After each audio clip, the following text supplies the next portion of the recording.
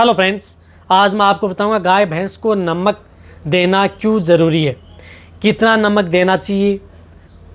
बड़े पशुओं को कितना देना चाहिए, छोटे पशुओं को कितना देना चाहिए, कौन सी बीमारी के अंतर्गत यदि आप नमक का प्रयोग आप अपने पशु में करेंगे तो ज़्यादा बेनिफिट आपके पशु में देखने को मिलेगा, किस तरह की बीमारी के अंतर्गत आपको नमक का प्रयोग नहीं करना चाहिए और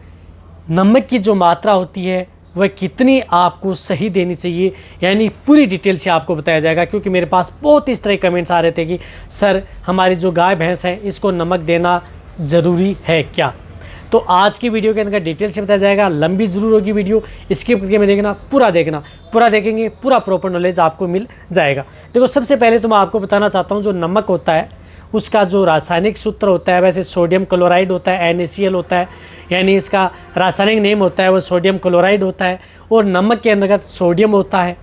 कैल्शियम होता है और मैग्नीशियम होता है। यानी आपके पशु में इस तरह की यदि दिक्कत हो जाती है तो आपके पशुओं में जो इन तत्वों की यदि कमी हो जाती है तो उस स्थिति के दौरान भी आप अपने पशुओं को नमक देना चाहिए। वैसे भी यदि अपनी गाय भैंस को यदि आप नमक प्रॉपर मात्रा में देते रहेंगे, सही मात्रा में देते रहेंगे तो आपके पशुओं के लिए अच्छा बेनिफिट और फ़ायदे देने वाला होता है। यदि आप अपने पशुओं को नमक नहीं देंगे तो आपके पशुओं की डेथ भी हो सकती है। ऐसा नहीं है कि नमक से यदि आप अपने पशुओं को भी नमक नहीं दे रहे हैं, सोडियम क्लोराइड यदि नहीं दे रहे हैं, या यदि आप कुछ इस तरह का जो दाना मिश्रण बना रहे हैं उसमें भी यदि आप नमक नहीं मिला रहे हैं, या कहीं से यदि आप कुछ इस तरह का नमक लेके आ रहे हैं उसमें यदि सोडियम क्लोराइड नहीं है, या यदि आप अपने पशुओं को कभी मिनरल मिक्सर या अदर कोई एलिमेंट्स तत्व दे नहीं रहे हैं तो उन पशुओं में सबसे ज़्यादा खतरा रहता है। उन पशुओं में आपके पशुओं में हार्ट अटैक भी हो सकता है, यानी हृदय की गति भी आपके पशुओं की रुक सकती है यदि आपके पशुओं के शरीर के अंतर्गत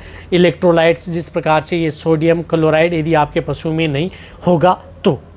रही बात यदि आपके पशु में जिस तरह से यदि आपके पशु में पानी की कमी हो जाती है तो पानी की कमी की पूर्ति को करने के लिए भी सोडियम क्लोराइड दिया जाता है, यानी नमक का घोल दिया जाता है। यदि आपके पशु में डिहाइड्रेशन का शिकार हो जाता है तो उससे बचाव के लिए भी, और कई बीमारियों के अंदर इस नमक के घोल को भी दिया जाता है रिकवरी लेने के लिए। रही बात नमक क्या करता है, नमक आपके पशुओं की जो डाइजेशन है उसको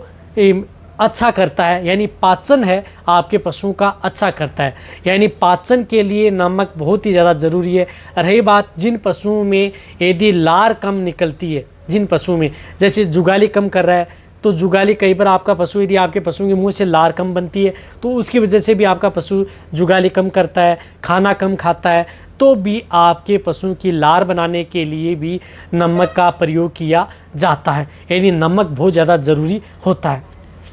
इसी तरह से यदि आपका पशु सिंपल इंडाइजेशन में, यदि आपका पशु खाना कम जुगाली कम करता है तो उस स्थिति के दौरान भी नमक दिया जाता है। यदि आपके पशु लू की चपेट में आ गया, गर्मी की चपेट में आ गया, आपके पशु में शरीर में पानी की कमी, डिहाइड्रेशन की कमी आ गई तो भी उस स्थिति के दौरान नमक दिया जाता है। इसी के साथ साथ यदि आपके पशु में जिस प्रकार से दूध में कमी आ जाती है तो यदि आपके पशु में दूध की मात्रा को बढ़ाए रखने के लिए, यानी दूध की मात्रा को बनाए रखने के लिए भी आपके पशुओं को नमक दिया जाता है। यानी दूध बढ़ाने में भी बहुत ही अच्छा रोल आपके पशुओं के लिए नमक का है। एक और बताना चाहता हूँ कि यदि आप अपने पशुओं को यदि नमक खिलाएंगे तो इंडाइजेशन से संबंधित तो रोग आपके पशु में देखने को मिलेंगे नहीं, बट यदि आपके पशु में कई तरह के जो मेटाबॉलिज्म रोग होते हैं जिससे कि आपके पशुओं का दूध डाउन हो जाता है, या यदि आपके पशु में जिस प्रकार से एनर्जी डाउन हो जाती है, आपका पशु नेगेटिव एनर्जी बैलेंस में चला जाता है, यदि आपके पशु में, कहने का मतलब है कि आप अपने पशुओं को खिलाते पिलाते खूब हैं लेकिन आपके पशुओं को जितनी एनर्जी मिलनी चाहिए उतनी एनर्जी आपके पशुओं को नहीं मिल पाती है, तो उस स्थिति के दौरान भी आपको सोडियम क्लोराइड यानी नमक की बहुत ज़्यादा जरूरत आपके पशुओं को पड़ती है। तो उस स्थिति के दौरान भी आप अपने पशुओं को नमक देना चाहिए। रही बात, एक और बताना चाहता हूं कि कौन सी स्थिति के दौरान आप अपने पशुओं को नमक नहीं देना चाहिए। यदि आपके पशुओं का जैसे टेम्परेचर यदि हाई हो चुका है, यदि आपके पशुओं का तापमान यदि बढ़ चुका है तो उस स्थिति के दौरान आप अपने पशुओं को नमक नहीं खिलाना चाहिए। जिस तरह से यदि आपके पशु में प्रोटोजोआ जनित यदि रोग हो जाते हैं जिसके अंतर्गत यदि आपके पशुओं का यदि टेम्परेचर बहुत हाई हो जाता है तो उस स्थिति के दौरान आप अपने पशुओं का जो नमक है उसकी मात्रा को घटा देना चाहिए।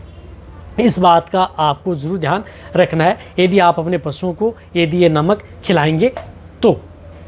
एक और बताना चाहता हूँ कि यदि आप अपने पशु को यदि नमक नहीं खिलाएंगे तो नमक की कमी से आपके पशु में मूत्र से संबंधित रोग आपके पशु में हो सकते हैं। यानी आपके पशु में आपका पशु पेशाब कम कर सकता है या अदर जो मूत्र से संबंधित जितने प्रकार के रोग होते हैं उस तरह के रोग भी आपके पशुओं के अंदर हो सकते हैं। और हार में भी यदि कमी आ जाए, हार यदि खाना कम कर देता है, तो उस स्थिति के दौरान भी आप अपने पशुओं को नमक खिलाना चाहिए। अब देखो, आप अपने पशुओं को किस तरह का नमक खिलाना चाहिए। आप अपने पशुओं को साधारण नमक खिला सकते हैं, लेकिन मैं बताना चाहता हूं कि यदि आप अपने पशुओं को यदि नमक देना ही चाहते हैं तो आप आयोडीन युक्त यदि नमक यदि आप अपने पशुओं को खिलाएंगे तो आपके पशु में ज़्यादा बेनिफिट देखने को मिलेगा, जो उसका आप कट्टा ला सकते हैं। और आप अपने पशुओं को जो पर डे के हिसाब से जो लार्ज एनिमल्स हैं, बड़े पशु हैं, जो उनमें आप 30 ग्राम यानी 30 ग्राम कम से कम आप अपने पशुओं को पर डे के हिसाब से आयोडीन युक्त नमक आप अपने पशुओं को खिला सकते हैं। बहुत ही अच्छा रिजल्ट आपके पशु में देखने को मिलेगा। इससे आपके पशु में बेनिफिट क्या होगा,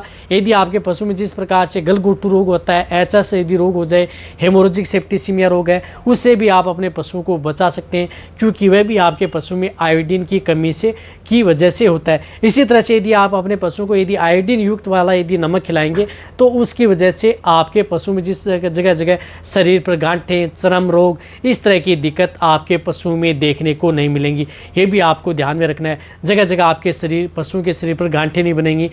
और आपके पशु में रही बात इनफर्टिलिटी यानी बांझपन की शिकायत भी आपके पशु में देखने को नहीं मिलेंगी। यदि आप अपने पशुओं को नियमित तौर पर डेली आप अपने पशुओं को ये नमक देना है। आप 1 चम्मच ले सकते हैं 30 ग्राम की, पर डे के हिसाब से आप अपने पशुओं को जो बांट दे रहे हैं उसमें दे सकते हैं। यदि आपका पशु प्रेग्नेंट है तो भी दे सकते हैं, नॉन प्रेग्नेंट है तो भी दे सकते हैं, छोटे बछड़े हैं उन्हें आप 10 ग्राम तक दे सकते हैं, मीडियम साइज़ के हैं तो उन्हें आप 15 ग्राम पर डे के हिसाब से आप दे सकते हैं। यदि आपके पशुओं में शरीर के अंदर किसी तरह की यदि कमी हो जाती है या डिहाइड्रेशन का शिकार हो जाता है, पानी की कमी हो जाती है, बहुत ही ज़्यादा आपका पशु सुस्त रह जाता है, डायरिया यदि आपके पशु में ज़्यादा हो जाता है, तो उसके अंदर नमक और आप अपने पशुओं को जो चीनी है, शुगर है, उसका घोल बना करके भी आप अपने पशुओं को पिला सकते हैं। इससे क्या होता है कि आपके पशु में एक तरह की एनर्जी मिलती है और आपके पशु में एनर्जी बन जाती है। यदि जिन तरह से यदि आप अपने पशुओं को जिस तरह से डेक्सट्रोज या आरएल यदि आप नहीं चढ़ा पाते हैं तो या नहीं दे पाते हैं तो आप उसमें नमक व थोड़ा चीनी का घोल बना करके भी आप अपने पशुओं को पिला सकते हैं। बहुत ही अच्छा रिजल्ट आपके पशु में देखने को मिलता है। देखो, जितने भी मैं आपको बताया नमक के बारे में, यदि इस तरह से आप सेंधा नमक भी दे सकते हैं, काला नमक भी दे सकते हैं जो कि पाचन के लिए होता है, सादा नमक भी दे सकते हैं, लेकिन बेटर लेना है तो आप जो आयोडीन युक्त वाला नमक देंगे वह बेटर आपके पशुओं के लिए रहेगा। और आपके पशुओं की जो किसी भी तरह की जो हार से संबंधित या अदर जो दिक्कत है वह आपके पशुओं में, पाचन से संबंधित आपके पशुओं में देखने को नहीं मिलेगी। और ऐसे नहीं है कि आपके पशुओं को भूख भी प्रॉपर मात्रा में, प्यास भी प्रॉपर मात्रा में लगती रहेगी। देखो, ये वीडियो अच्छी लगी है, नीचे जाके आप कमेंट में लिखिए। मेरी वीडियो को जितना हो सकता है पशुपालक या वेटरनरी असिस्टेंट है उनके साथ आप इस वीडियो को जितना हो सके शेयर करें। इसी तरह से आप मेरी वीडियो देखते रहें, इसी तरह से आप मेरे को प्यार देते रहें। थैंक्स, धन्यवाद।